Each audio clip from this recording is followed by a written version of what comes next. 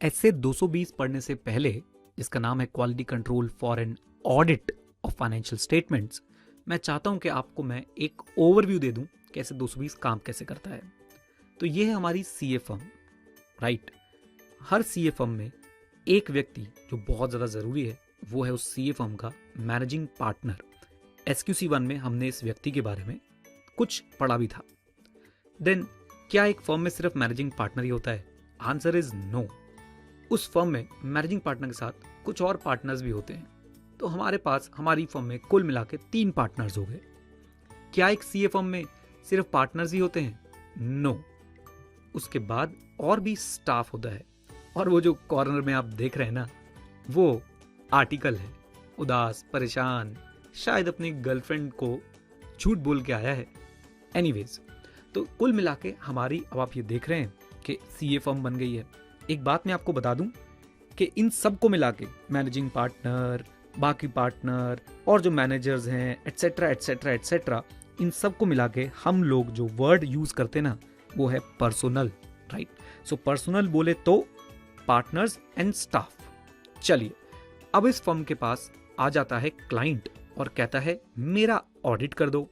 अब फर्म क्या करेगी? क्या अपने तीनों पार्टनर को रख देगी इसके साथ, इस क्लाइंट के साथ? Answer is no.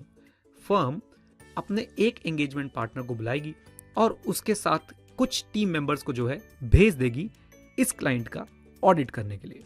अब बहुत ध्यान से सुनिएगा, यहां पे आप देख रहे हैं कि एक पार्टनर है और उसके साथ टीम है। तो पार्टनर और उसकी टीम को अगर मैं मिला दूं तो ये बन जाएगी एंगेजमेंट टीम। ओके, पार्टनर और उसकी टीम को अगर मैं मिला दूं तो ये बन जाएगी एंगेजमेंट टीम। हो सकता है इस एंगेजमेंट टीम में कोई एक्सपर्ट भी हो जो ऑडिट फर्म यूज करे। अच्छा, वो जो पार्टनर है जो इस टीम को संभाल रहा है उसे हम बोलेंगे एंगेजमेंट पार्टनर। तो हमारे पास अब कुछ लोग आ गए, उनका नाम जान लेते हैं। नंबर 1 क्लाइंट है। नंबर 2 हमारे पास एक टीम है, एंगेजमेंट टीम, जिसमें पार्टनर भी है, मैनेजर भी है, आर्टिकल भी है और एक्सपर्ट भी हो सकता है। और इस टीम को लीड करने वाला एक व्यक्ति है जो हमने 3 पार्टनर से एक पार्टनर यहाँ पे असाइन कर दिया है। उसी को हम लोग बोलेंगे क्या? Engagement partner. ओके, अब इस पूरे ऑडिट की रिस्पॉन्सिबिलिटी जो है ना वो इस एंगेजमेंट पार्टनर के ऊपर है और यहीं से हमारा ऐसे 220 शुरू हो जाता है। हम ऐसे 220 को 3 पार्ट्स में बांट के चलते हैं। Overall responsibility of audit, planning and execution. तो एंगेजमेंट पार्टनर की ये 3 बेसिक रिस्पॉन्सिबिलिटी रहने वाली हैं और हमारे ऐसे 220 के अंदर ऑडिट करते समय। Overall responsibility, planning and execution. जब मैं ओवरऑल रिस्पॉन्सिबिलिटी की बात करता हूं तो वहां पे एंगेजमेंट पार्टनर की लीडरशिप रिस्पॉन्सिबिलिटी आती है। लीडरशिप रिस्पॉन्सिबिलिटी क्या है कि जो भी एंगेजमेंट हमने लिया है, जो भी एंगेजमेंट पार्टनर को असाइन किया गया है, वो एंगेजमेंट, ध्यान सुनिएगा, एज पर प्रोफेशनल स्टैंडर्ड्स हो।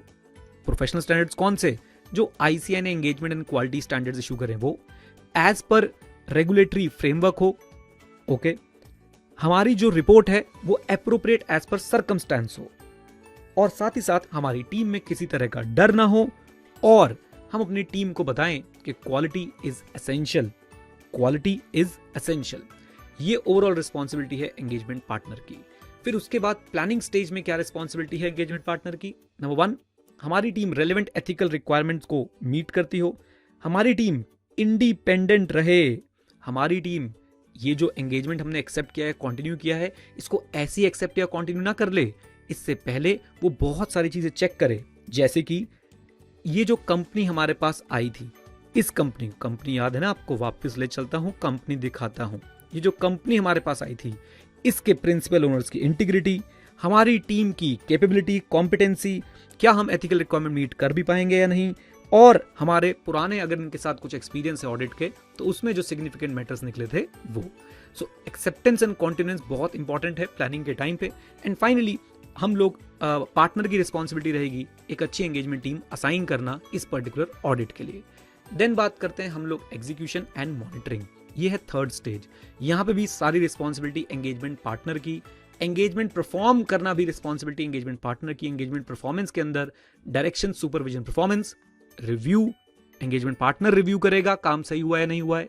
कंसल्टेशन, एंगेजमेंट टीम ने प्रॉपर लोगों से, प्रॉपर एक्सपर्ट से, इंटरनल और एक्सटर्नल कंसल्ट किया है या नहीं किया है। फिर engagement quality control review, this is very important. Engagement quality control review करवाना, यानी अपने ही काम का किसी और पर्सन से रिव्यू कराना, अभी कोई और पर्सन कौन है इस पर डिस्कशन करेंगे, लेकिन अभी के लिए एंगेजमेंट क्वालिटी कंट्रोल रिव्यू कराना, ये भी काम किसका है? एंगेजमेंट पार्टनर का है। मोस्ट इंपॉर्टेंट मार्क कर लीजिएगा इसको। एंगेजमेंट क्वालिटी कंट्रोल रिव्यू किसके केस में होता है? Engagement quality control review listed entities के केस में मैंडेटरी होता है, बाकी के केस में फर्म पॉलिसी बनाती है, जैसा हमने SQC 1 में पढ़ा था। Difference of opinion and then finally monitoring. अब एंगेजमेंट क्वालिटी कंट्रोल रिव्यू पे जरा बात करते हैं। सो एंगेजमेंट पार्टनर रिस्पॉन्सिबल था एंगेजमेंट के लिए, ये एक नया व्यक्ति आया, अब इसको हम लोग बुलाएंगे एंगेजमेंट क्वालिटी कंट्रोल रिव्यूअर। ये कौन हो सकता है?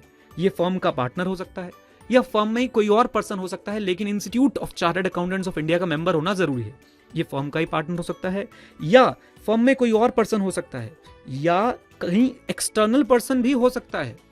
फर्म का ही पार्टनर, फर्म में कोई और पर्सन या एक्सटर्नल पर्सन भी हो सकता है, लेकिन इंस्टीट्यूट का मेंबर होना जो है वो जरूरी है। इसका काम क्या है? ये करेगा इस एंगेजमेंट की क्वालिटी का रिव्यू।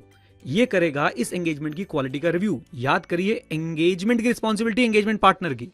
अब एंगेजमेंट पार्टनर काम कर चुका है, एंगेजमेंट पार्टनर और एंगेजमेंट पार्टनर की टीम यानी एंगेजमेंट टीम ने जो काम किया है उसकी जजमेंट्स, 2 वर्ड बोल रहा हूं, उसकी जजमेंट्स और उनके कंक्लूजन्स को ऑब्जेक्टिवली इवेल्युएट करने का काम इस दाढ़ी वाले व्यक्ति का है, और ये है एंगेजमेंट क्वालिटी कंट्रोल रिव्यूअर। ये फर्म का भी हो सकता है पार्टनर, ये फर्म में कोई और व्यक्ति भी हो सकता है, या फिर ये थर्ड पार्टी यानी कि एक्सटर्नल पर्सन भी हो सकता है। इवन जरूर नहीं अकेला ही हो सकता है इनकी एक टीम हो। लेकिन याद रखिएगा, जब एंगेजमेंट क्वालिटी कंट्रोल रिव्यू करने वाली टीम होगी तो it must be headed by the member of the institute of chartered accountants of India. In short, CA होना जो है वो जरूरी है। ओके, अब ये जो है ये चेक करने वाला है कि भाई एंगेजमेंट टीम की जो जजमेंट्स हैं, जो कंक्लूजन्स हैं, वो सही है या नहीं है। ओके, और याद रखिएगा, रिपोर्ट इशू नहीं हो सकती तब तक जब तक एंगेजमेंट क्वालिटी कंट्रोल रिव्यू ना हो जाए, जिन केसेस में वो मैंडेटरी है, जैसे लिस्टेड एंटिटी। ओके, चलिए अब मैं आपको जरा थ्योरी में कुछ बातें बता देता हूं। SA 220 और SQC 1 दोनों अलग अलग हैं। SA 220 डील करता है quality control for an audit of financial statement से, SQC 1 डील करता है quality control for firms performing 4 engagements, 4 type of engagement, let it be audit, let it be review, let it be other assurance and let it be related services. आइए अब और difference देखते हैं। दोनों का ही काम है क्वालिटी इंश्योर कराना, लेकिन 220 सिर्फ ऑडिट की क्वालिटी इंश्योर कराने पे फोकस करता है, जबकि SQC 1 हर तरह के एंगेजमेंट की क्वालिटी इंश्योर कराने पे फोकस करता है। 220 एंगेजमेंट पार्टनर को बोलता है सारा काम करने के लिए, SQC 1 ऑल्दो मैनेजिंग पार्टनर की रिस्पॉन्सिबिलिटी ठहराता है। 220 बार बार एड्रेस कैसे करता है? The engagement partner, the engagement partner, the engagement partner.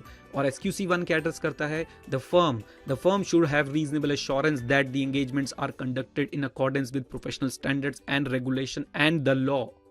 Okay, and the report which is issued is appropriate as per the circumstances, right.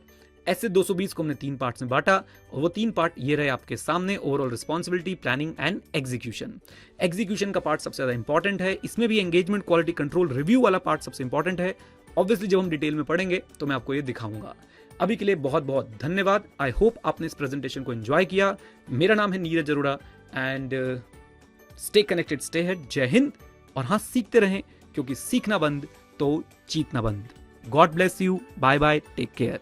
CA is one of the best career options, लेकिन उससे पहले एक step है CA exams को clear करना। CA exams को clear करने के लिए चाहिए सही गाइडेंस और राइट मेंटोरशिप। हम अपने इस YouTube चैनल के थ्रू और अपनी Edu91 ऐप के थ्रू हमेशा कोशिश करते हैं आपको सही गाइडेंस और सही मेंटोरशिप देने की। हमसे जुड़े रहने के लिए इस चैनल को सब्सक्राइब करें और हमारे कोर्सेज के लिए Edu91 वेबसाइट पर विजिट करें www.edu91.org, या फिर Edu91 ऐप को प्ले स्टोर से डाउनलोड कीजिए। CA स्टूडेंट फ्रेटर्निटी हमें जानती है हमारी क्वालिटी क्लासेस के लिए, हमारी डिलीवरी स्टाइल के लिए, लो फीस के लिए, MCQs के लिए, टेस्ट सीरीज के लिए, एक्सेल, पावरपॉइंट, स्टॉक मार्केट और बहुत सारे शॉर्ट कोर्सेज के लिए। इस चैनल को ज्यादा से ज्यादा लोगों के साथ शेयर करें, खासकर अगर आपके जूनियर, सीनियर, फ्रेंड्स, फैमिली में से कोई भी CA फ्रेटर्निटी से जुड़ा हुआ है तो उसके साथ इस चैनल को जरूर शेयर कीजिए। हमारी Edu91 टीम आपकी पार्टनर है आपकी CA जर्नी में।